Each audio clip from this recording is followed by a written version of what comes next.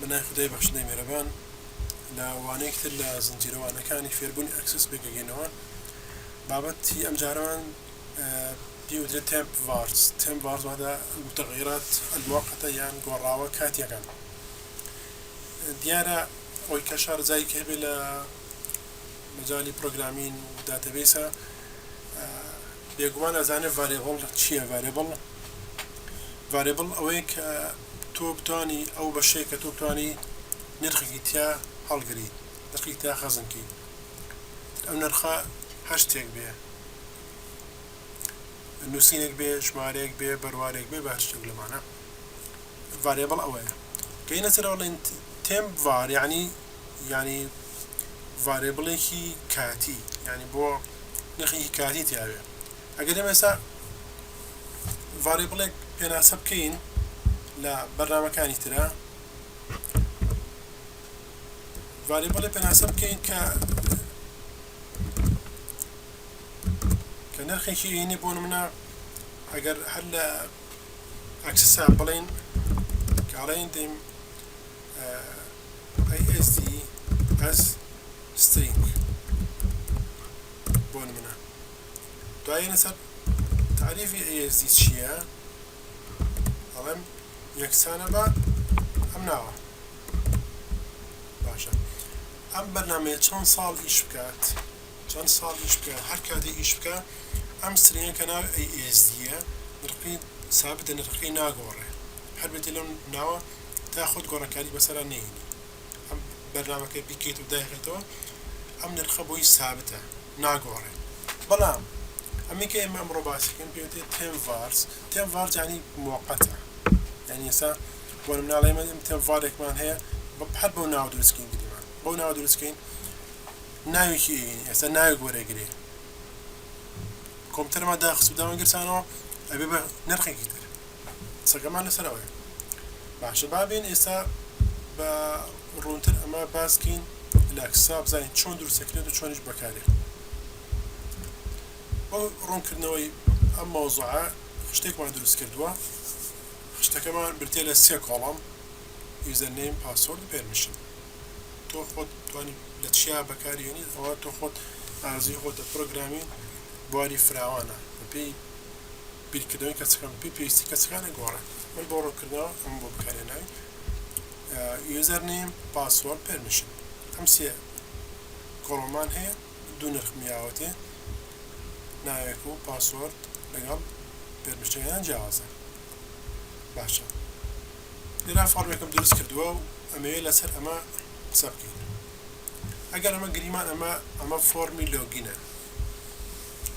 ئەم فۆرمە گریمان ئەمە ناوی فۆرمی لۆگینە کە تۆ لەگەڵ داگرتانی بەرنامەکەتە ئەم فۆرم بۆ کرێتەوە داوای ناو و پاسوۆرد لێەکە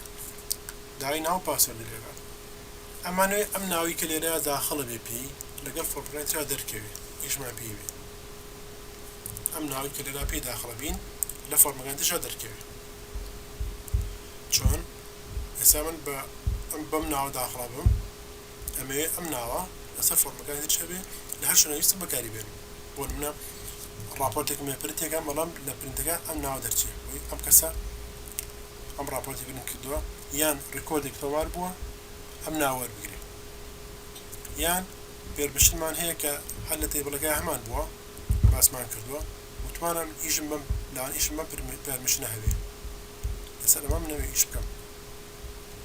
متمان ئەمەیە کە ئەم ناوم هەڵبژارد لە فۆرمی دووەمە بتوانم بەکاری بێنم لێرە بزانم کێ داخڵ بووە لەوانەیە کۆمپیوتەرە کرابێتەوە دادەبێسە کرابێتەوە من نازانم کێ داخڵ بووە ئەگەم لێ نەبێکم جا کێ داخڵ بۆ لێرەوە لێرە لە شوێنەکە دەرکێ بڵێ ئەوەی کە داخڵ بووە ئێستا فڵان کەس لەسەر خەتە پێرمیشنەکە چی ئەوەیە بۆ ئەم کارە چیەکەین ئەچنە سەر ئەم فۆرمەی یەکەم جار کە وتمان واداین فۆرمی لۆگینە ئەچمە سەر ئیڤێنتی ئافتەر ئەپدەیتی ئەم کۆمبۆ بۆکسە لێرە ئەم TempVarە دروستەکەم با ئەمانە بسەڕینەوە سەرێنە دروستکەینەوە باشە لێرە ئەڵێن set TempVars وتمان ئەمە ماکرۆیەتەوە تۆ بۆت هەیە کۆمەڵێکی زۆر ماکرۆی کە بەردەستە ئەوانە هەڵبژێری کامیان تێ هەڵبژێری ئیشەکەی ئێمە لەسەر ئەمە TempVars هەڵبژێری TempVars لێرە ناوێکی هینە ناوەکە من وای بە باش دەزانم تێمپێ لە پێشەوە بنووسم دوای ئەوە ناوی ئەوەی ترە ناوێنم TempVars دوایەوە لێ ئەمە داتای لە کوێ وەرگرێ داتاکەی ئەڵێن هەر لە کۆمبۆ وەرگرە بەس لە کۆمبۆکەوە لە کۆمبۆکە ئەو کۆمبۆی ئێمە سێ حەقلی تایە سێ کۆڵۆمی تایە بەس ئەو دوانمان شاردۆتەوە ئێستا دوانمان شاردۆتەوە کۆڵۆمی 1 و 2 3 ئێم لێرە ئیندێکسی ئێمێ ناوەکان لە کۆڵۆمی 1 کەواتە کۆڵۆمی 1 ئیندێکسی 0 ئیندێکسی 0 ئەم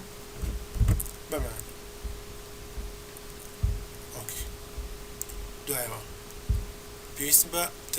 TempVars تریش هەیە بۆ پێرمشتەکە جاوێتە ئەڵم سێتەن دوای ئەمان ناوی ئەنم تێمپ پێر بەستم پێرمشنە تۆر خۆن هەر ناوی هێبنی ئازادی نەوانە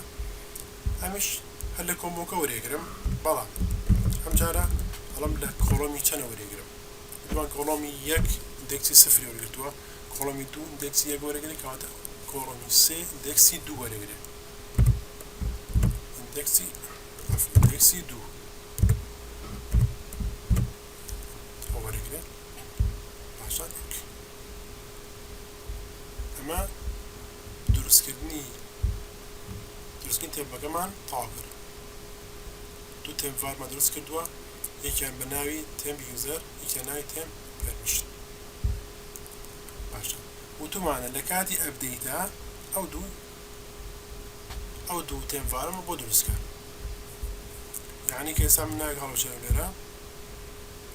ئەمە ئێستا بێت TempVars user کە وتمان TempUser ئەم ناوی هەڵگرت بێ لەگەڵ پێرمشنی ئەمە چییە؟ ئەدمین ئەبێ ئەم ناوی هەڵگرت بێ باشە بۆی ئەوە تاقی بکەینەوە ئەبێ لە فۆرمێکی ترە ئەم گۆڕانکارە ببینی چۆن لە فۆرمی دووەم گۆڕانکارە ببینی بۆ تاقیکردنەوە ئەمە داناوە ئەم تەکست بۆکسە نرخی وا بێت لەو TempVarsە وەرگرێ لێرە دیفۆلت ڤالیو ئەمە ئەکەم بە چی؟ ئەکەم بە TempVars دوایەوە نیشانی سەر سەرماندانم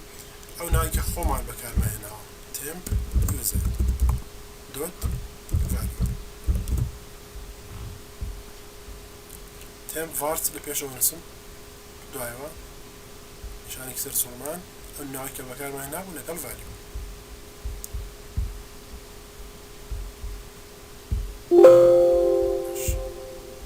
ئێستا بزانین ئیشەکەمان تا چەند سەرکەوتوو بوو ئەوە ناوەکەی هێناوە لێرە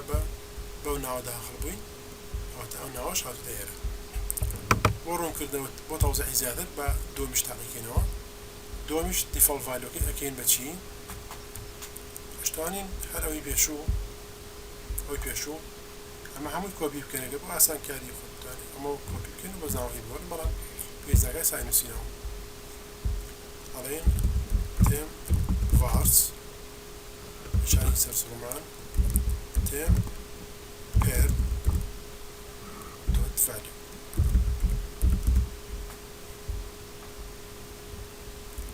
باشە لێرە هەزدیەکەین دایخێنەوە کێنە بزانین ئیشەکەمان چۆنە ئێستا ئەمە پێرمشنی ئەمە چییە؟ پێرمشنی ئەمە ئەدمینە کەواتە بێت لە فۆرمی دووەمە ئەدمینیش دەرکەوێت فۆرمی دووەم جارێکتر بۆ ناوی دووەم بەم شێوە ئەمەی کە ئێستا دروستمان کرد و TempVarsمان دروست کرد فکرێکمان لەسەر TempVars ئەم TempVarsە تۆ ئەتوانی وتمان بەکاری بهێنی بەکاریانەکەی چۆن وتمان تۆ پێویستی بەوە هەیە ناوی یوزەرەکە بزانی بەردەوام ناوی یوزەرەکە بزانی کێ لەسەر ئەم کێ ئێستا لە ئیشە چ کەسێ لەسەر ئیشە لەسەر ئەم داتەبیسە ئەمە ناوەکەیمان وەرگرتووە پێویستە بزانین سەلاحەتی ئەم کەسە چییە صلاحيتي ام كسا اسا لرا يوزر تو تواني لسر اساسي ام صلاحيته وابكي ام بطنانه دربكي يان درنكي بومنا بلا صلاحيتي السرينوا بس تنها بو ادمين بيه او كاتا اما صرمو اما بلا حايدك